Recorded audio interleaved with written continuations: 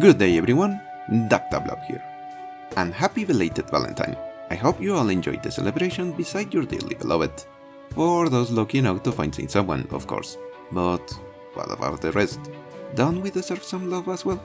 Well, that's exactly what this video is about. For you see, love comes in many forms. While best known as the intense emotional attachment and attraction between two individuals characterized by feelings of affection, passion, and intimacy, a deep bond, often, but not always, accompanied by physical and emotional desire, leading to a long list of irrational decisions and dumb choices. But beyond the romantic entanglements and passionate encounters, there exist other kinds of love, which we will be looking at in this video. The four kinds of love as once seen by the ancient Greeks, each with its own unique characteristics and manifestations, plus a more recent one which doesn't hurt to add. As to why I haven't uploaded before?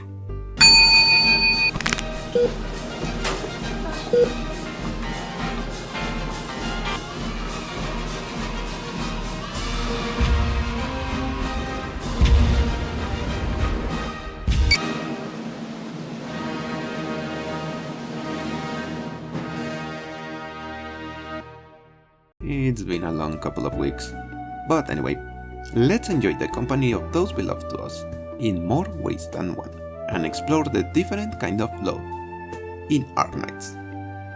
Starting with the most famous one, Eros, the love which ignites the flames of desire and longing, is the kind of love that sparks between characters as they navigate the complexities of the relationships amidst the chaos of life. The ever-present tension as the unspoken feelings simmer beneath the surface as characters grow closer together.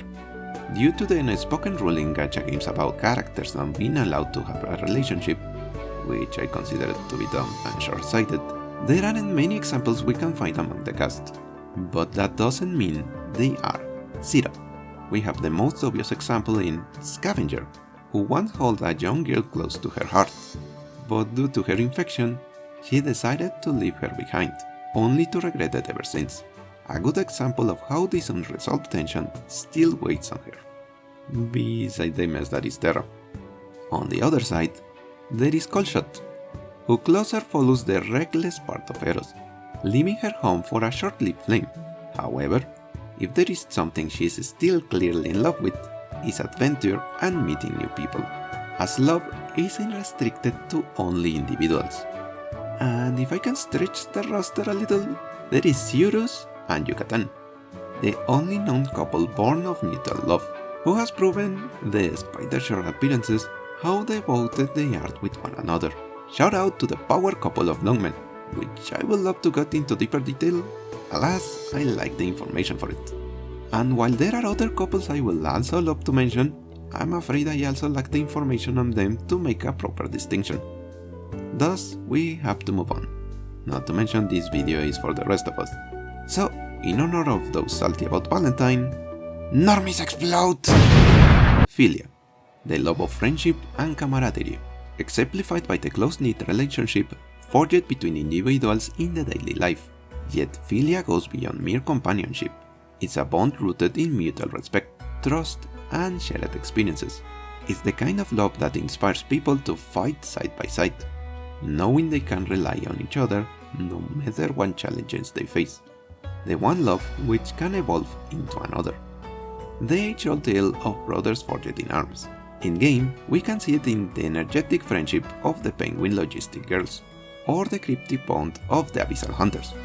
It can go from little things like keeping morale high within a group, or literally walk the earth for the sake of said group. Philia is a kind of love capable to rival Eros in its own right. As an example, notice how, when that one friend leaves a group, it doesn't take long for its disbanding. The power of friendship is one which mustn't be ignored, as it is the first kind of relationship every single one of us will forge out of our own volition. Next, we have agape, the selfless, unconditional love that transcends personal gain. This form of love is beautifully depicted through acts of compassion and sacrifice. Agape is the love that knows no bounds. It's the kind of love that drives people to risk their lives to protect others, regardless of the danger they may face, or even if they know those they save. From unwavering dedication to protecting others to the willingness to bear any burden, agape reminds us of the power of empathy and altruism. The immediate example of this kind of love is, without a doubt, Rhodes itself, a group created for the sole purpose of not only aiding the infected of the world, but also heal what sickens that very world itself, with varying results. For more individual cases, we have good old Margaret Nairn, the Radiant Knight fighting for those who can't, or maybe in a more simplistic manner, we have messengers like Angie and Provence, who go out of their way in the aid of others, no matter how many risks they might find. Honestly, this is without a doubt the most numerous kind of love we will find in the roster, as most members of Rhodes know what they signed for when working for the pharmaceutical company, with the obvious outliers. In fourth place, we have Storge, the familial love rooted in the bonds of kinship and loyalty. Storge is a love born from shared experiences and shared struggles. It's the kind of love that binds families together, whether by blood or by choice. It's the bond between siblings as they navigate the challenges of their past and forge a path forward together. While family drama is to be expected, these bonds are stronger. And while it can be argued that some characters hate their family's guts, ergo proving this love as false, I will kindly remind you one of my favorite pieces of psychological knowledge. The opposite to love is not hate. Hate is born from love.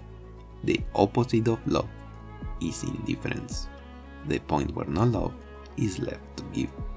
So in a way, constant anger towards a family member only shows how strong their bond once was. I am not saying that you should just ignore said anger though. Those kind of issues require the respective dialogue. Back on topic. The most obvious example I can think of when talking about Storge is the aptly named Ryan family, a group of individuals who, brought together by mere chance, became closer with one another, all shipping aside. Or Lee's very own detective group, who are nothing but the children he has picked up along the way. Just look at them bicker between each other, and you will see nothing but siblings. In a more classical sense, we have Clifford, who works as a bridge between her distant siblings, hoping to bring them back to their old happy selves. Or the Sand Sisters, who cherish each other when possible, yet known to respective life choices. Shout out to Calcit and all her adopted children that we know of. And finally, Pilautia, the love of the self. This one is not part of the main four, but I think it is also relevant. Pilautia can manifest in two forms: healthy self-love, which fosters inner peace and resilience, and unhealthy self-love, which leads to narcissism and arrogance. Individuals can exhibit both forms of Pilautia as they grapple with their own identities, strengths, and weaknesses. Now, why is this important? Simple, as the saying goes, if you don't love yourself, who will? Of course, this kind of love can become self-harming if not controlled, but with the right amount of self-care, the other kinds of love will arrive as well. Examples of this we can see it in characters with a strong sense of self and will, as they know and accept themselves as they are, such as operators like Abiel and her strong-headed way, Carnelian and her cold gentleness, and of course, the Generalissimo herself, Myrtle. It is thanks to this love that they are able to move those around them. Of course, and as mentioned, Pilautia also has a darker side, as the lack of it can devolve into low self-esteem, like a certain rich cat, while the excess of it can drive one into an obtuse sense of self, like our dear Lappy, or to a lesser extent, Midnight. The love of self is something everyone should take care of from time to time. So once you can love yourself, you will be able to love others.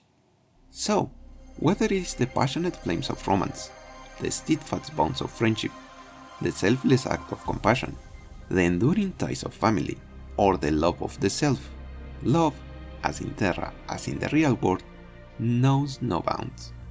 But what do you think? Do you love those close to you?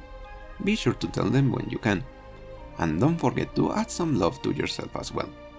Oh, and if you want to share, like, and comment down there, I will love you for it.